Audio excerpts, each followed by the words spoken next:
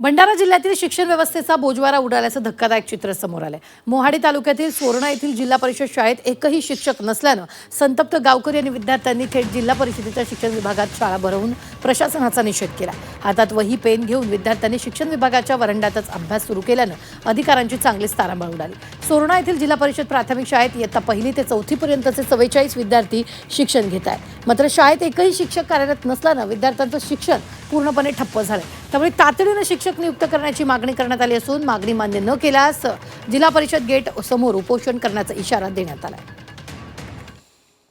मागच्या वर्षापासून आमच्या शाळेला शिक्षक नसल्यामुळे आमच्या जिल्ह्याचा प्रथम क्रमांक हुकला आणि आज अशी व्यवस्था आहे की 44 विद्यार्थ्यांची पटसंख्या असून सुद्धा त्या ठिकाणी 6 महिन्यापासून एकही शिक्षक उपलब्ध नाही। आम्ही वारंवार शासनाकडे पत्रव्यवहार केला तरी आमची कुठे दखल घेण्यात नाही आली आणि त्या गोष्टीला आम्ही आज हतबल झालो आणि आज आमच्यावर अशी वेळ झाली की आम्ही पालकासकट विद्यार्थ्यांची शाळा ही आम्ही जिल्हा परिषद भंडारा या ठिकाणी भरवण्यात आलं।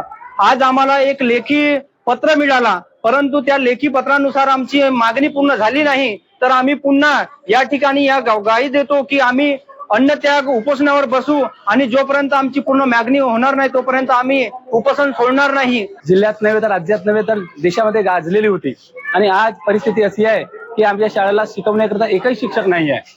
आज आमच्या सर्व सोरणा पालकांना असा विचार पडलेला आहे की खरोखर आपल्या मुलांचे शिक्षण हे अंधारात सापडलेलं आहे। आपण काय करावे?